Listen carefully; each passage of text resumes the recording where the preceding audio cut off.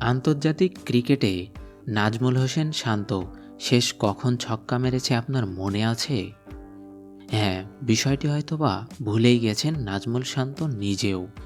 প্রতিযোগিতামূলক ম্যাচে শান্ত শেষবার ছক্কা হাঁকান গত বছর অনুষ্ঠিত ওয়ানডে বিশ্বকাপের প্রথম ম্যাচে। ৩৮ বলে ৫৩ রানের অপরাজিত ইনিংসে ছক্কার মার ছিল ২টি। ছক্কার এই সংখ্যা নিয়ে আলাদাভাবে আলোচনা উঠলেও কেবল নাজমুল হোসেন শান্তর সাম্প্রতিক পারফরম্যান্সের কারণে।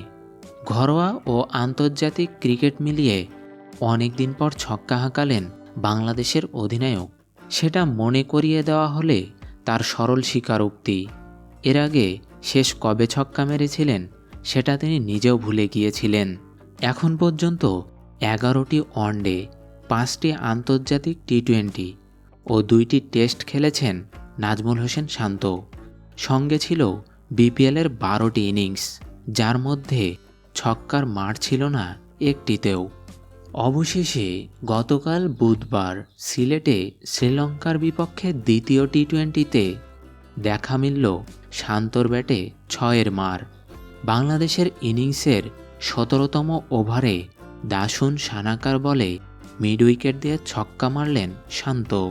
পরে সানাকাকে ডিপ ব্যাকওয়ার্ড স্কোয়ার লেগ দিয়ে আরেকটি ছক্কা হাঁকান এই ব্যাটার। সেই সঙ্গে পূরণ করলেন নিজের ৫০।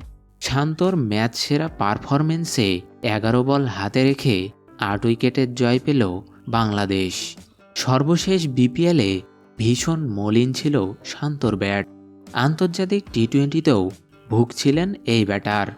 ১ বছর ও ১০ ইনিংস পর পাওয়া ৫০ নিয়ে তিনি বলেন, ১১ ম্যাচে পরে করলাম, ৫০ করাটা গুরুত্বপূর্ণ না। আমার কাছে মনে হয় দলের জন্য যে রানটা করেছি তা কতটা কার্যকর, সেটা করতে পারায় খুবই ভালো লাগছে। ভালো লেগেছে যে খেলাটা শেষ করতে পেরেছি। চেষ্টা করব সামনে এটা ধরে রাখার।